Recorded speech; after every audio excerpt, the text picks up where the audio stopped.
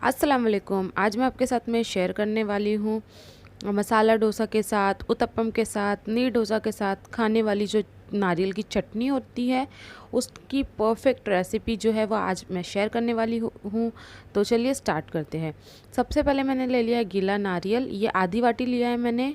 एक मुट्ठी हरा धनिया लिया है, 3 हरी मिर्चें ले ली हैं और इसे अच्छे से मैंने वॉश कर लिया है और एक मिक्सर के जार में हम ऐड कर लेंगे। इसके बाद हम इसमें ऐड कर देंगे जो भुजी हुई चने की दाल होती है, वो ऐड करेंगे। तो यहाँ पर मैं 2 बड़े चम्मच जो है वो चने की दाल ऐड कर दूँगी और बस थोड़ा सा पानी डाल के हमें इसे अच्छे से ग्राइंड कर लेना है। साथ में हम ऐड कर लेंगे नमक और आप देख सकते हैं इतने अच्छे से ये ग्राइंड हो चुका है। तो इतनी ज़्यादा गाढ़ी हमें बिल्कुल नहीं चाहिए, इसलिए हम इसमें थोड़ा सा पानी और ऐड कर लेंगे ताकि ये अच्छी परफेक्ट कंसिस्टेंसी में आ जाए।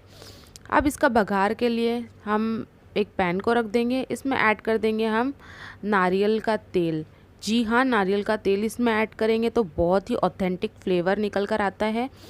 अब मैं इसमें ऐड कर दूँगी राई, आधा चम्मच राई ऐड कर देंगे और वही भुजी हुई चने की दाल जो होती है वो ऐड करेंगे, बिल्कुल थोड़ी सी। थोड़ा सा ऐड कर देंगे कड़ी पत्ता और बघार दे देंगे इसको।